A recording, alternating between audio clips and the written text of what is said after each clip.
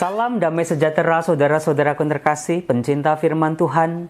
Berjumpa kembali dengan Bible Learning with Father Joseph, edisi spesial. Mengapa saya katakan edisi spesial?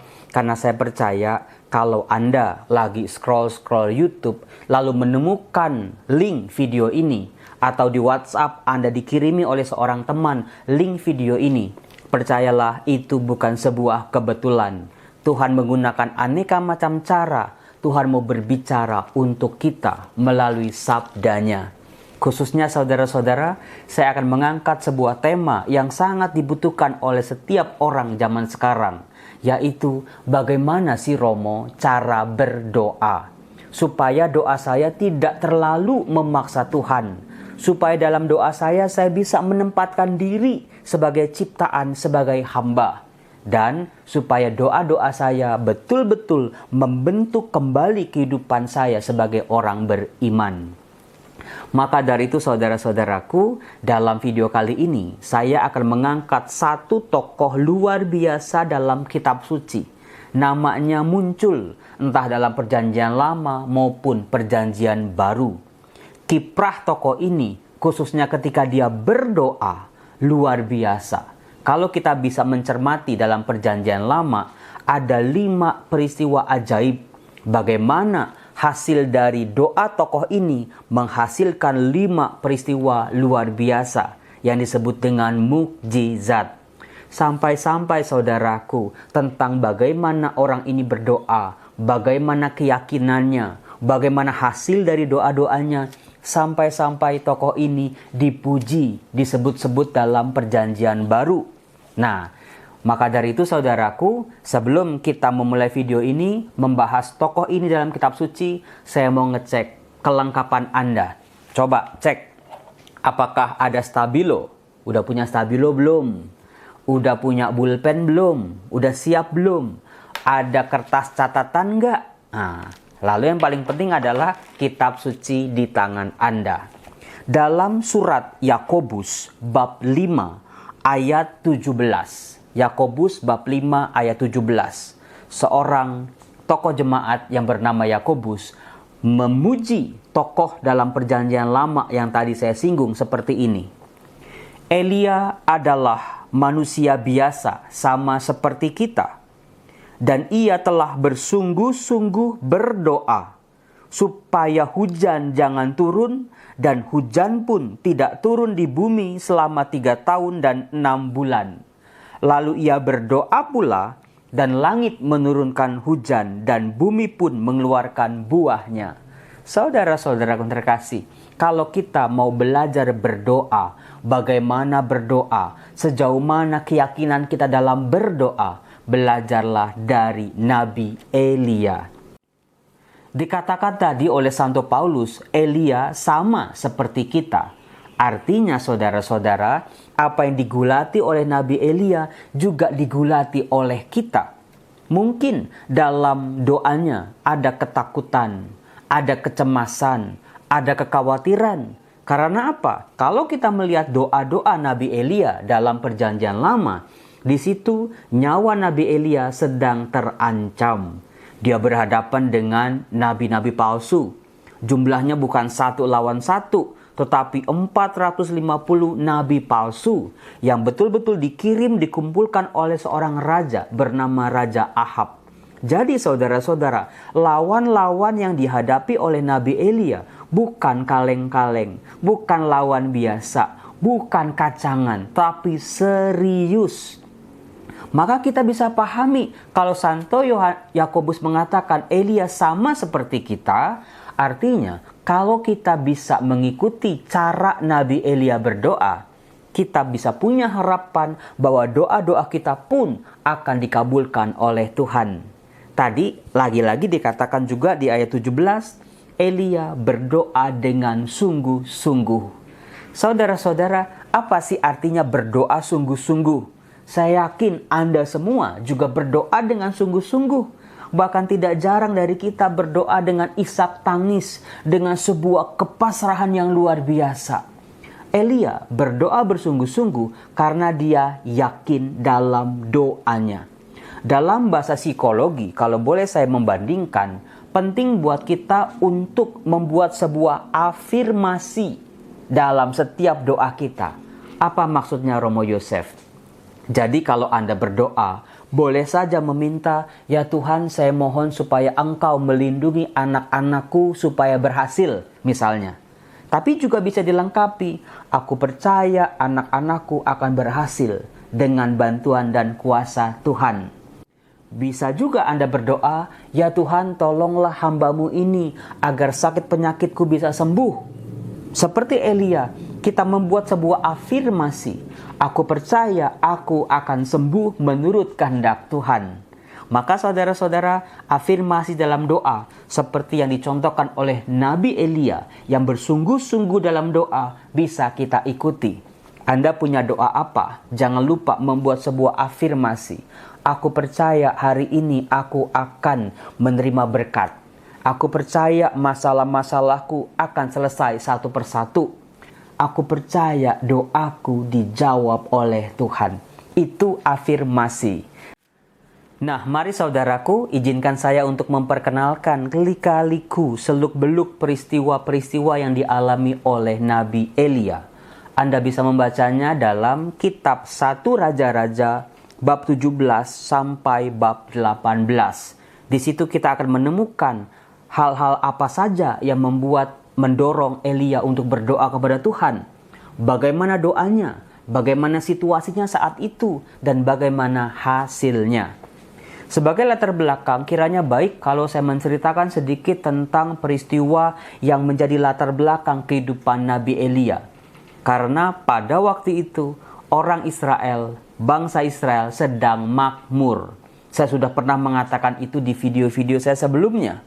Karena mereka makmur, sudah menerima janji-janji Allah, itulah yang membuat mereka malah melupakan Allah.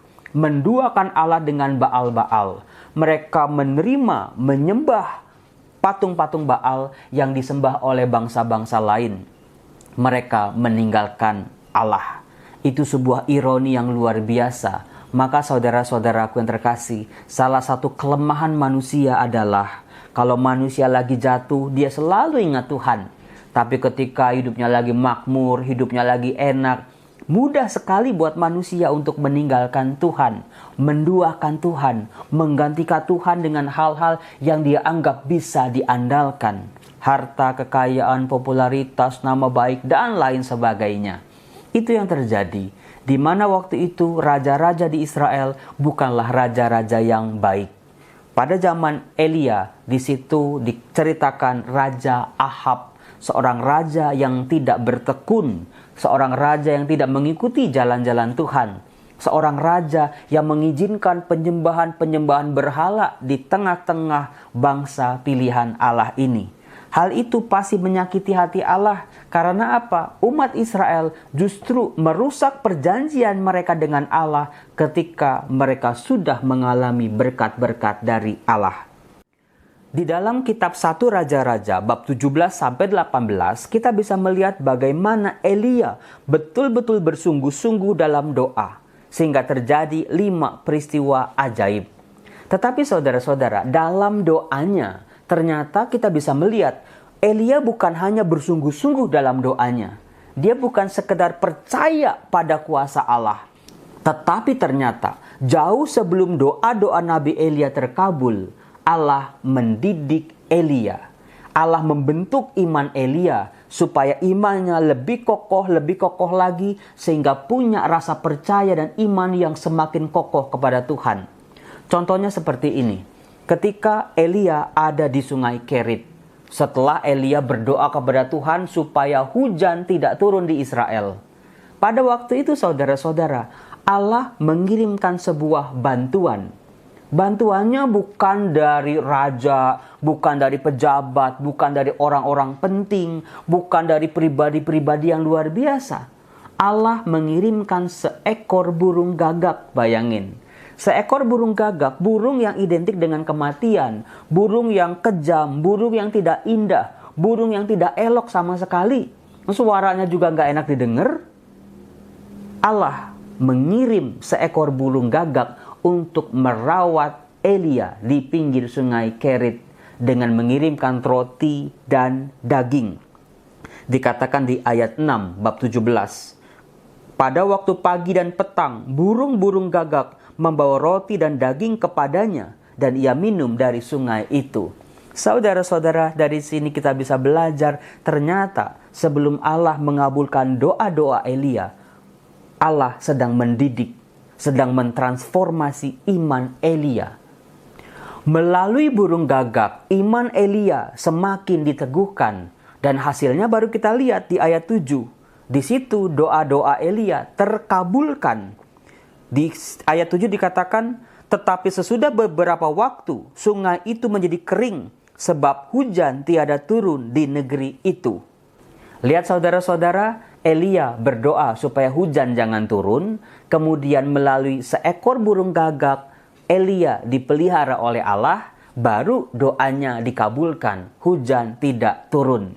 Nah, berlanjut ke peristiwa ajaib yang kedua, di mana waktu itu Elia sedang berada di Sarfat. Karena sungai Kerit menjadi kering, Allah menyuruh Elia untuk pergi ke Sarfat. Di Sarfat, Allah mau menunjukkan kemahakuasaannya lagi.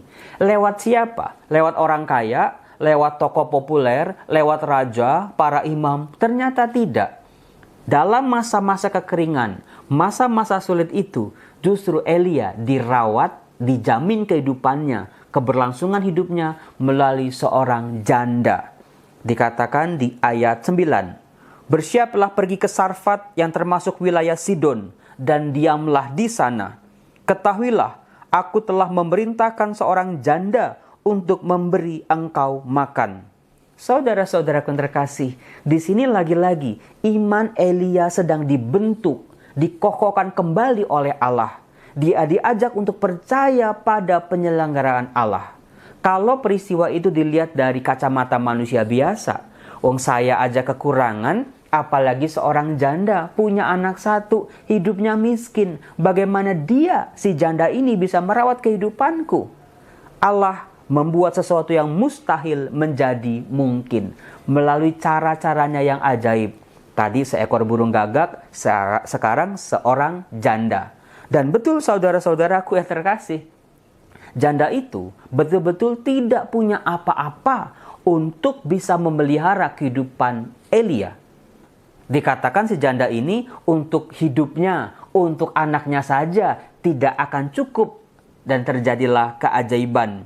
Tepung dalam tempayan itu tidak akan habis, dan minyak dalam buli-buli itu pun tidak akan berkurang sampai pada waktu Tuhan memberi hujan ke atas bumi. Dan itulah yang terjadi. Itulah Elia, kesungguhannya, keyakinannya, apa yang dia katakan menjadi doa dalam kehidupannya. Imannya, kesungguhannya yang dipupuk oleh Allah sedikit demi sedikit membuat kata-katanya menjadi doa yang ampuh. Kemudian saudara-saudara, di peristiwa keajaiban yang ketiga, dikatakan anak dari si janda, anak perempuan si janda tadi, mati. Lagi-lagi Elia berdoa kepada Tuhan. Doanya seperti ini, di ayat 20. Ya Tuhan Allahku, apakah engkau menimpakan kemalangan ini atas janda ini juga, yang menerima aku sebagai penumpang dengan membunuh anaknya? Lalu ia menjulurkan badannya di atas anak itu 3 kali dan berseru kepada Tuhan, katanya, Ya Tuhan Allahku, pulangkanlah kiranya nyawa anak ini ke dalam tubuhnya. Tuhan mendengarkan permintaan Elia dan nyawa anak itu pun pulang ke dalam tubuhnya sehingga ia hidup kembali. Saudara-saudaraku terkasih, kita bisa melihat ini, doa Elia adalah doa yang sungguh-sungguh. Dalam ketakutannya, kecemasannya, dia menjadi cemas karena apa? Karena si janda ini menerima dia sebagai orang tumpangan, kok bisa-bisa anaknya mati. Tapi dia berdoa kepada Tuhan, Tuhan pulangkan kembali nyawa anak ini. Dan anak itu pun menjadi hidup. Nah saudara-saudara, keajaiban belum selesai sampai di situ. Dalam 1 Raja-Raja bab 18, dalam kisah Elia di Gunung Karmel, terjadilah sebuah pertempuran. 1 melawan 450 nabi-nabi palsu. Di mana Raja Ahab memanggil 450 orang nabi-nabi palsu untuk melawan Elia yang seorang diri. Hanya Elia yang percaya pada Tuhan pada waktu itu. Sementara orang-orang Israel sudah terhasut dengan hasutan Raja Ahab dan juga nabi-nabi palsunya. Dan terjadilah sesuatu yang luar biasa, saudaraku. Lagi-lagi dengan penuh kesungguhan, Elia mendatangkan api untuk membakar korban-korban yang dipersembahkan kepada Allah. Di situ Elia meminta kepada Tuhan supaya Tuhan menunjukkan kemahakuasaannya. Di ayat 36, "Ya Tuhan Allah Abraham, Ishak dan Israel, pada hari ini biarlah diketahui orang bahwa Engkaulah Allah di tengah-tengah Israel, dan bahwa aku ini hamba-Mu, dan bahwa atas firman-Mu lah aku melakukan segala perkara ini. Jawablah aku ya Tuhan, jawablah aku, supaya bangsa ini mengetahui bahwa Engkaulah Allah ya Tuhan, dan Engkaulah yang membuat hati mereka tobat kembali." Terjadilah keajaiban yang keempat, di mana turunlah api Tuhan menyambar habis korban bakaran, kayu api, batu dan tanah itu. Bahkan air yang di dalam parit itu habis dijilatinya. Ketika itu seluruh rakyat melihat kejadian itu, sujudlah mereka serta berkata, "Tuhan dialah Allah, Tuhan dialah Allah." Saudara-saudara, doa Nabi Elia yang sungguh-sungguh percaya pada Tuhan didengar oleh Tuhan, yang membuat bangsa Israel kembali bertobat kepada Tuhan. Kemudian keajaiban belum selesai. Di ayat 42 lagi-lagi Elia berdoa. Dia naik ke Gunung Karmel, dia berdoa membungkuk ke tanah dengan mukanya di antara kedua lututnya. Itu kesungguhan hati seorang Nabi Elia. Alhasil saudara-saudara, hujan yang sudah sekian lama tidak turun kembali. Saudara-saudara, dari sini kita bisa belajar tentang apa itu doa. Doa bukan sekedar meminta kepada Tuhan. Doa bukan soal terkabul atau tidak, tetapi kita dibentuk oleh Tuhan dalam doa-doa kita. Setiap doa-doa yang keluar dari mulut kita, pagi, siang, malam, yang kita doakan, kita ucapkan, kita panjatkan kepada Tuhan, jangan biarkan doa kita menjadi sia-sia, karena kita dibentuk oleh doa-doa kita. Hal-hal positif yang keluar dari pikiran kita, perasaan kita dalam doa-doa kita, itulah yang membentuk kehidupan kita. Tuhan selalu punya cara. Kalau Elia saja dipelihara oleh Tuhan oleh seekor burung gagak dan seorang janda, Tuhan memelihara kehidupan kita dengan hal-hal yang ajaib. Bukalah mata kita lebih lebar lagi. Temukan bagaimana Tuhan menolong kehidupan kita. Mari saudara-saudara berdoa dengan sungguh-sungguh dalam kemanusiaan kita. Takut, nangis dalam doa, khawatir dalam doa. Seperti Nabi Elia, manusia biasa seperti kita, tapi doanya sungguh-sungguh. Aku yakin, aku percaya masalahku akan selesai satu persatu, di mana Tuhan menjadi pedoman dan penolongku. Salam damai sejahtera, Tuhan Yesus memberkati kita semua. Salam, jangan lupa video ini untuk di like, di komen, dan juga di share. Bye-bye.